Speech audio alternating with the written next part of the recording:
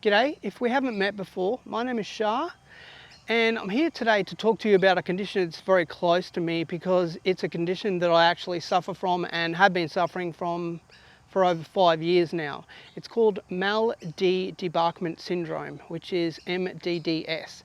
Now what I'm going to do in this video is later on I'll go into all of the complex explanations about the condition and what it actually does, how it exhibits, all the rest of it. We'll cover all of that in detail later on.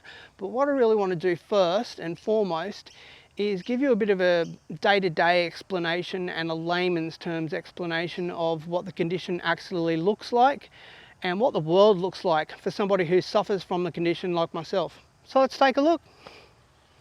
So what the condition actually is a persistent sense of motion, which is often described as a sensation of rocking or swaying that's present constantly and for most of the day. And it's usually after prolonged exposure to travel. And in my case, it was for being on a boat, but it can happen to people from driving in cars, trains, or flying as well. Now, it generally feels worse while at rest and improves while you're in motion. In my personal case, with driving, the symptoms actually abate somewhat. Vertigo or a spinning type of motion is not actually associated with MDDS, nor is it classified as one of the symptoms. And the condition also has quite an attachment of anxiety, panic attacks, depression, and difficulties in coping with stress. You also suffer from difficulties in concentrating, brain fog, and also suffer from fatigue as well. Personally, those are a lot of the things that I actually suffer from when I'm having a bad time with the condition, but that isn't the case all of the time.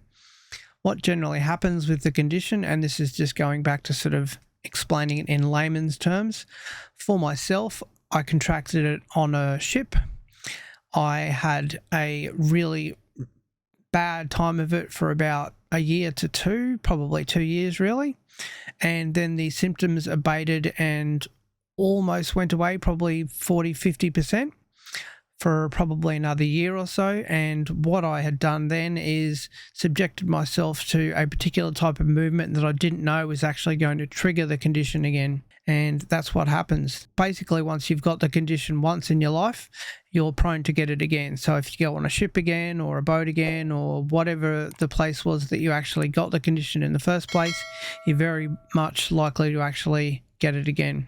But this differs from person to person. Now, what the condition actually is viewed as is a dysfunction of the vestibular system. Your vestibular system makes up the areas of your brain and your inner ear that senses motion. And what that does is it helps you to appropriately respond to changes in your head's positioning. Let's look at this vestibular adaptation with the classic example of MDDS, say on a cruise ship. In this case, when you first step onto the boat, you feel the movement of the ship as it sways backwards and forwards. And as your system actually adapts to the rocking, you begin to gradually notice less movement and eventually you feel like you're on solid ground. However, when you get back to shore, what happens with MDDS is you actually do not get your land legs back. You stay permanently in sea legs mode. There's a lot of different reasons why this actually happens to the brain. If you'd like to know a little bit more about those, just leave me a note down below. I don't want to go too much into details because there's already a lot of information in this video and I don't want to overload you too much. All right, well, that's going to be it for us this week. I really do appreciate you watching the channel and we'll see you next time we get 4 wheels on the road.